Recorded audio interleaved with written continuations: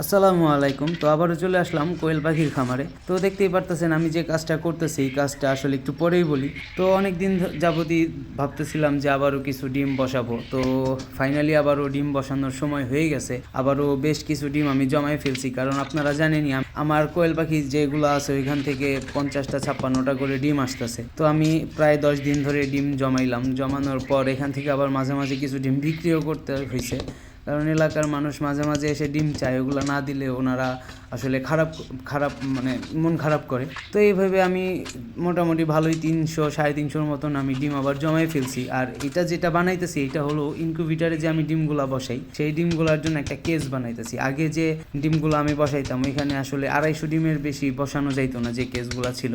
আর এইটাই ভাবতেছি এখানে আমি প্রায় 300+ ডিম দিতে পারবো। এখন আমি গুনি নাই যে এখানে কতগুলা ডিম দিতে পারবো।